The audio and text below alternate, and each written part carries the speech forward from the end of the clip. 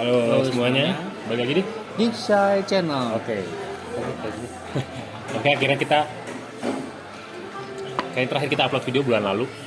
Dan kali ini kita baru nonton lagi setelah kita juga udah lama nggak nonton lagi nih setelah Lebaran, kita libur Lebaran, masing-masing ada kesibukan dengan keluarga. Nah, kita baru aja nonton. Ini sebenarnya tak tayang hari ini ya? Premier hari ini. Guardian of Galaxy volume 3. Kita coba mulai dari beberapa poin gitu. Kalau teman-teman boleh ini kayak kelanjutan langsung dari bisa nonton dulu apa ya? Yang Christmas special. Ya, ini sih kebetulan saya belum nonton, Gigi udah nonton. Ada di Disney Plus, Hotstar. Nah, di ceritanya benar-benar kayak intinya karena kejadian di Avengers Endgame, mereka menang. Ya. Tapi ternyata itu kan bisa dibilang ada Gamoranya lagi kan. Ya. Tapi Gamoranya tuh beda. Nah, nanti kita bisa jelaskan lebih lanjut. Nah, di situ intinya seorang Peter Quill sedang sedih gitu. Ya, ya.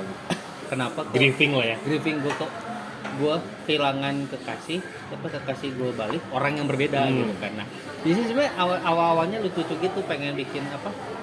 Kemana sih Peter Quill lagi sedih, lagi mabuk-mabukan gitu kan. Tahu gitu.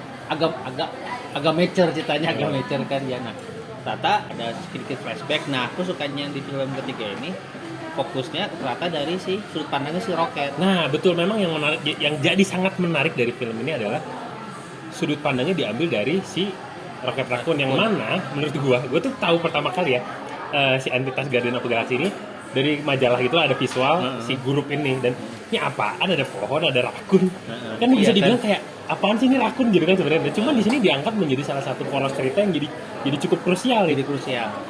Jadi gimana sih dia kan kalau di film 1 film kedua tuh selalu kayak kok getir banget sih orangnya gitu kayak kan. Pahit banget bitter gitu galak. kan. Nah, galak terus kayak nggak bisa menunjukkan rasa pedulian ke orang lain. Padahal sebenarnya dia tuh sayang gitu teman sama Guardian, cuman kayak dia tuh masih ada yang ditahan gitu. Nah, ternyata aku sukanya seumur hidupnya ini dia tuh sebenarnya sedang berlari gitu kan. Iya, dan dia punya background yang cukup dalam ya. Nah, ternyata masa lalunya ini sekarang ngejar ke sekarang gitu menghantui. Nah, di situ ternyata bikin konflik ke si Guardian of Galaxy-nya yang sekarang udah bisa bilang settle kan. Mereka udah kayak bisa dibilang menang perang lawan Thanos dan kroco-kroconya. Akhirnya mereka udahlah gue settle aja di Nowhere, jadi membentuk headquarter gitu kan. Ternyata udah hidup damai, datengin masalah ke tempat mereka itu kan. Jadi kayak kok nggak bisa tenang, harus selalu berlari. Nah, aku selalu itu kan. Nah, di sini kebetulan ada pemicunya. Nah, hebat kudos tuh James Gunn. Dia bisa bikin sebuah jembatan di mana kalau teman-teman udah nonton Christmas emang dijelasin bahwa mereka sekarang udah hidup settle gitu kan. Cuman memang sedang bersedih si pentolannya, si leadernya si Peter Quill. Nah, di sini karena kesedihannya si Peter Quill itu bikin lengah ya. Akhirnya terjadi kejadian yang menimpa ke Rocket, kita nggak akan spoiler. Akhirnya bikin si tim The Band of Misfits-nya ini bersatu lagi. Gue harus selamatin, kita harus selamatin keluarga kita lah, family lah kalau katanya Vin Diesel kan ada juga kan. Banyak meme lagi gue jadi dari situ si Peter Quill yang sempat sedih agak teralihkan sejenak karena dia lebih penting nih keluarga gue nih ada yang nih. Ternyata gali lagi. Nah, kita bisa ngelihat bahwa ternyata tidak simpel itu tentang kisahnya si Rocket gitu. Iya, ternyata backgroundnya dalam dan digambarkan dengan cukup proper banget gitu. Gue suka banget jadi. Dan jadinya ya itu karena tidak terduga datang dari seekor rakun gitu. jadinya unpredictable. Jadi bagus gitu. Iya. Kan akhirnya keren sih di situ, akhirnya dia menemukan bisa dibilang ada entitas yang agak godlike gitu juga dan kan di dunia. Di sini akhirnya keluarlah penampilan dari si Warlock dan memang sudah udah digadang-gadang di trailer juga ada kan. Kalau teman-teman nonton yang Guardian of Volume 2 kan juga terakhirnya ada kan itu tuh Warlock tuh kalau teman-teman kalau nggak sadar gitu. Dia nyebutnya Adam sih kan. Si Ayesa kan si yang sovereign yang emas semua itu kan. Nah, dia nyebut Adam. Nah, ternyata sekarang dia keluar dari kepompongnya Cocoon gitu kan. Nah, di situ kita mau penasaran nih, katanya kan kalau teman-teman baca komik itu kayak udah selevelnya Thanos gitu si Adam. Dia pernah satu momen di Secret Wars gitu. Dia bisa pakai si glove-nya sendirian gitu kan. Nah, karena kayak dia kalau nggak salah dari bangsa yang peradaban cukup sempurna gitu. ternyata peradaban sovereign yang bisa dibilang sempurna ada yang menciptakannya juga. Nah di sini tuh Ada keterkaitan sama Rakun tadi jadinya seru. jadi aku sukanya di sini karena mungkin kita sudah diantarkan dengan dari film Eternal tentang eksistensial gitu kan. Ya di sini tuh kayak gue teh ya dari mana si Rocket menceritakan dirinya dia tuh ada karena siapa. Nah, yang menciptakan dia itu ada karena siapa kan kayak gitu-gitunya, ada yang kayak gitu-gitunya. Dan masuk karena kan dunianya Guardian of Galaxy kan urusannya kosmos gitu Galaksi. kan. Galaksi jadi kayak gitu-gitu teh bisa dibilang jadi masuk akal gitu kalau di kan. Jadi link-linknya tuh enak Nah, nyambunginnya. dari situ James Gunn karena ini bisa dibilang film terakhir dia di Marvel karena mulai tahun depan dia udah full di toko sebelah di DC gitu kan sebagai salah satu eksekutif produser atau chief of-nya mainnya gitu kan. Nah, ternyata di sini penutup triloginya sangat bagus dibuatnya dan ini jujur setelah sekian lama mungkin nih kita nonton film Marvel baru ada lagi yang bisa akhirnya bioskop tepuk tangan. Iya, kan kita udah lama ya. Maksudnya sejak Endgame lah ya. Sejak Endgame. Iya nggak usah terlalu jauh deh. Maksudnya kalau menurut gue fase 5 ini menurut gue yang terbaik so far ini sih. Digambarkan dengan cukup. Ya ini kita kalau ngomongin nuansa ceritanya kan sebenarnya apa ya? Ada komedinya. Nah komedinya ini kan cukup Formulanya mas sebenarnya sama. Formula sama, cuman entah kenapa nggak overuse. Nggak overuse. Pinternya si James Gunn itu selalu bisa menempatkannya pas gitu. Iya penempatannya. Gue jadi mau nggak mau jadi bandingin sama Thor jadinya. Iya. Kan, nah kalau Thor tuh kemarin gue kayak overuse yang mana gitu kan. di fase 4 kan. Ya itu bisa dibilang sih kemarin memang aku ngerti sih Taika dia akan mendobrak apa yang ada dari film pertama kayak Kenneth Branagh gitu kan sama film kedua dari karyanya Alan Taylor Game of Thrones dia bikin beda kan tapi formula itu pas diulangin lagi ke film keempat nggak nyampe nggak sepowerful itu. Nah ini tuh menurut gua ketiganya tuh cukup apa ya kayak kan sebenarnya Guardian of Galaxy kan kayak nggak diduga lah kan? Dari yang pertama kan emang nggak diduga ya terus naik ini naik gitu dan jadi penutup yang sangat bagus dan gitu. aku sukanya ini pertamanya full komedi yang film pertama terus film kedua udah mulai masuk drama kan ada kematian orang yang kita nggak duga-duga juga kan nah di film ketiganya juga kita bakal bakal ada yang mati nih gitu kan karena dari ekspektasinya karena kan film terakhir asumsinya kita bakal ada yang tragis gitu. Iya kayak. Jadi kita aduh nih apa nih gitu. Gue tadi jujur kayak gitu. Aduh takut gue gitu. Dan karena komedi jadinya kita tuh kayak menduga-duga ini di mana nih takutnya nanti. Gimana? Jadi kayak apa? Nah, jadinya kalau kita ngomongin komedi tadi, jadinya menurut gue ya, film ini tuh lucu tapi serius. Iya. Isu yang dibawa serius banget.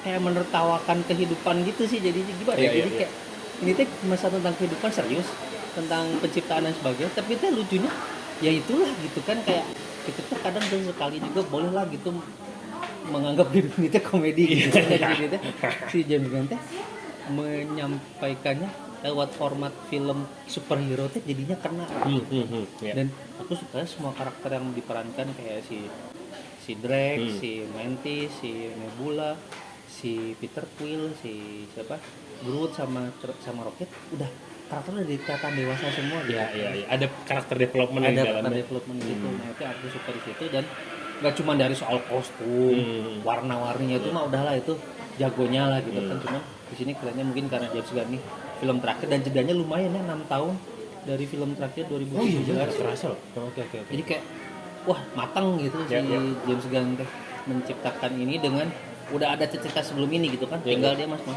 dan satu lagi musiknya sih kataku di sini soundtracknya salah satu yang terbaik juga. Iya bagus ya. Bagus dari mulai pertamanya Radiohead ditutup dengan Redbone gitu kan. Itu dibuka dengan Radiohead tuh kayak anjing pakai Radiohead dong kayak gitu.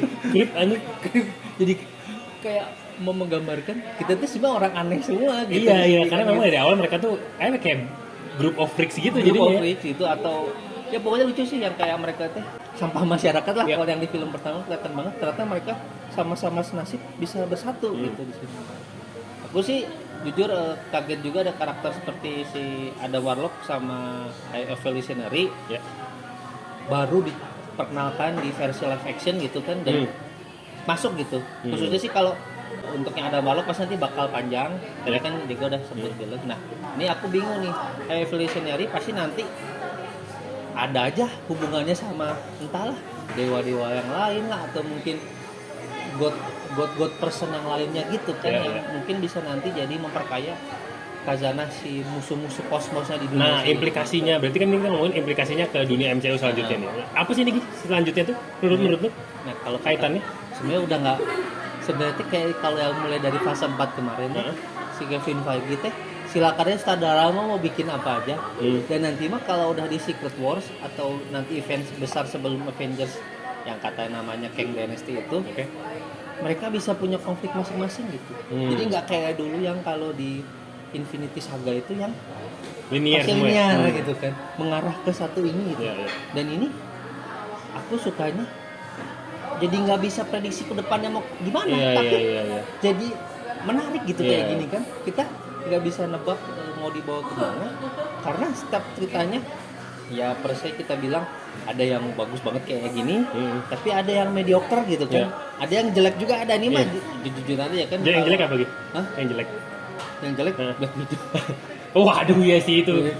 Cuman aku ngerti karena Widow film single, ternyata nanti hubungannya ke Thunderbolt kan, jadi Nah. nanti ada kayak gitu-gitunya, dan nanti mungkin pintarnya si Marvel ini udahlah nanti untuk kosmos ini paling nanti bisa berhubungannya dengan si Eternal, kalau ada Eternal lanjutannya, atau mungkin si untuk arahnya si Kang Dynasty itu Ya. gitu, Avengers. Jadi kayak beda playground, beda tempat bermainnya gitu kan, dari Avengers sama Guardian Gate itu kan dibedain gitu kan, kayak kalau Avengers bisa dibilang lebih membumi, kalau Guardians kan lebih wah Infinity and Beyond lah kalau bahasanya kayak gitu kan. Jadi kayak wah potensinya banyak, dan aku jujur sih di sini ditutup dengan manis, nggak mau spoiler, cuman beberapa karakter yang kataku akhirnya dapat konklusinya gitu kan.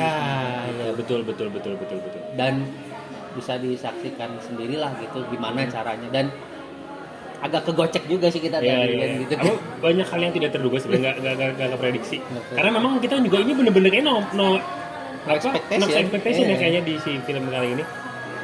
Karena ya jujur aja kayak waktu pas kemarin nonton yang apa kita terakhir nonton Ant-Man ya, kayak ekspektasi kita kayak gini ternyata kegocek. Ya, ternyata ini malah nggak berekspektasi, malah lebih. Dan kalau bisa kita bilang sih ini bagus banget ya gitu. bagus. Nah, pokoknya tadi semuanya ketahuan, sedih lah. Iya. Dan bisa bikin satu momen sedih yang sebenarnya kayak bisa sedih ya dari hal kayak gini gitu nggak sih? Iya bisa kayak gitu. Nah itu tuh kudos lagi lah ke James Gunn, pokoknya pintar karena dia benar-benar dikasih kebebasan dengan oleh Kevin Feige, dia bisa memaksimalkan dengan sebaik-baiknya gitu. Ya, angka gitu kita kasih nilai.